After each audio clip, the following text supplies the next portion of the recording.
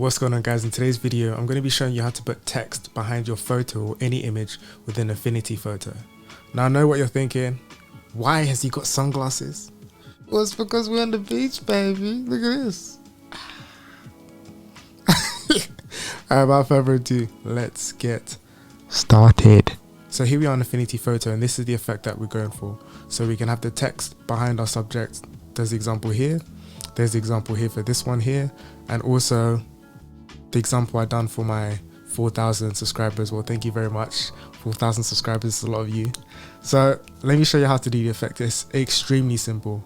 This shouldn't really be a long tutorial, but yeah, so I'm going to show you how to do the effect. We're going to do it on this photo here first. So what I'm going to do is I'm just going to get rid of all of this stuff here. Okay, so here we are in Affinity Photo. You have your photo. What do?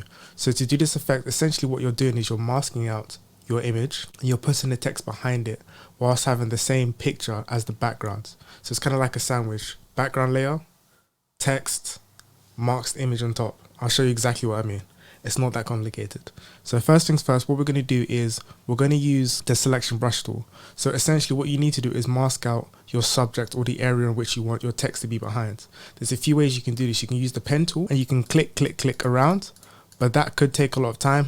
And me, I'm lazy, sorry, let me not say that, efficient.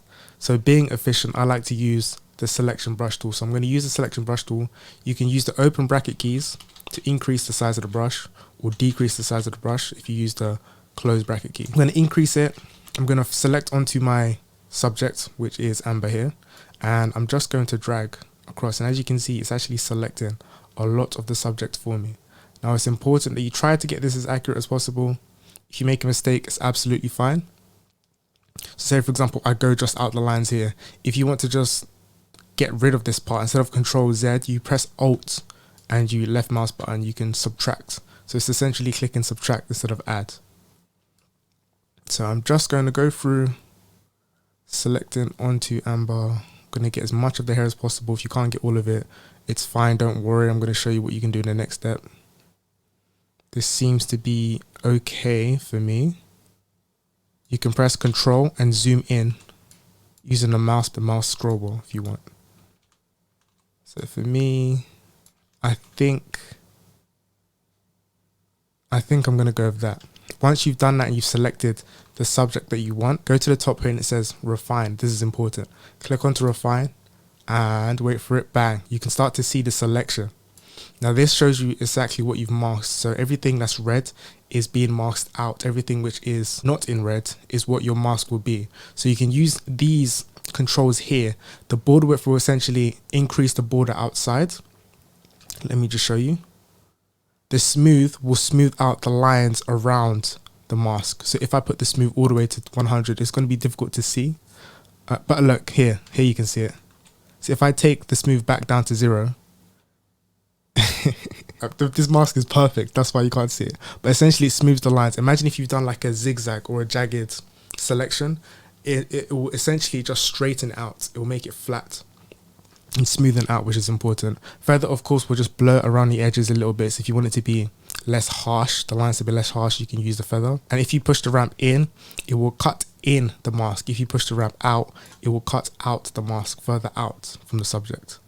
So that's just a quick overview. We're going to click the output here. We're going to go to new layer with mask, and essentially it's going to create a new layer and it's going to create a mask, which is important. We don't just want to create a new layer. We can, but we don't want to do that. So once you do that, click apply. Bang, you can see that we have our selection here, which is it's looking good. It's looking really good. And underneath it, the background layer it's turned off by default. So next what you're going to need to do is press the T on your keyboard, and that's going to select a text layer. So you can grab a text layer, you can put, I don't know, text. You can scale this up if you want to. Drag it down because I want it to be around here behind her. Now you can see it's not behind at the moment. What? Preposterous. You might be wondering, well, why is that? Well, it's because we need to drag the layer from the right hand side here underneath the subjects. So once you click onto the layer, drag it down underneath this layer that we have. And as you can see, look, it's already behind her. Now you might be thinking, okay, that's great and all, but where's my background? Like I said earlier, the background is hidden. So all you need to do is press this button here to unhide it, bang. And just like that, we've got our text behind our subject, and it looks not bad. I think I might actually change the font because this font doesn't look. Let's go to Couture. Yeah, that's big and bulky, big boxy, all the same. Okay, there we go. And just like that, you've got your text. You can add filters if you want. If you wanted to, you can add like a, let's go down. You can add the rectangle tool. You can drag it here. You might be thinking, what are you doing, sir? Well, keep watching. 300 IQ. Just drag it down, and now we have it underneath our subject. We can even drag it underneath the text layer, and just like that, we've got kind of like interesting thumbnail, if you will. Well, I'm going to do a video about how to do thumbnails in Affinity Photo. Looking forward to that. Let me know in the description below. But that's not what I'm going to do here. What I'm going to do is actually change the blending mode for this. And as you can see, we can get some interesting effects if done correctly. What am I looking for here? That actually looks alright. Great thing about Affinity Photo is I can change this in real time to see, yeah, let me just change the color a little bit. I'll do that, which is more closer to the actual background color. But let's do another example. Say, for example, this one I've done for Becky. It says yoga. As you can see, there's her here. She's masked out of the layer. Valid the text behind. I'm going to show you another example of how to do it. I'll do it with this photo here. So again, we see our subject. Press W to get the selection key, or just go to the selection brush tool. We select over our subject as much as possible. Luckily, this is working pretty well. But as you can see, we've got some of the background here. So what do? We hold down Alt and we select again, and it gets rid of the parts that we do not want. So that's what I'm going to do here. Perfect. Scrap her nose in. A little bit of the hair here. We don't want this floor part. It's not perfect, but we'll do because we won't have the text all the way down there. Okay, so then we click refine. Wait for it. Oh, look at this. We've got a big gap here. No, we don't want that. Let's go back. Alt, subtract that. Perfect. Go back to refine. Bang. I mean, there's a little bit. Okay, what we could do, increase the size of our brush, open bracket key. And I'm just going to click here.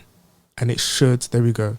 It should mask out that little bit of details for me. Like you see, you've got this little part here. If I just click over it, it should, there we go. Perfect. It's masked out. It's a pretty good detail. So I'm just going to smooth it out tiny bit. I don't even think it needs smoothing, to be honest.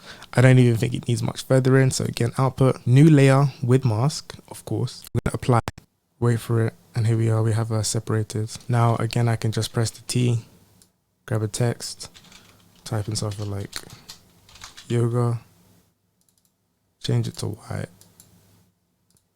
increase the size, zoom out. Increase the size, put it down, put it underneath her, re-enable the background. And just like that, we've got the text right behind her, and it looks pretty good. You can go to effects, you can add like an outer glow if you wanted to, bring that up if you wanted to glow, do craziness. You can add a shadow, all kinds of things really.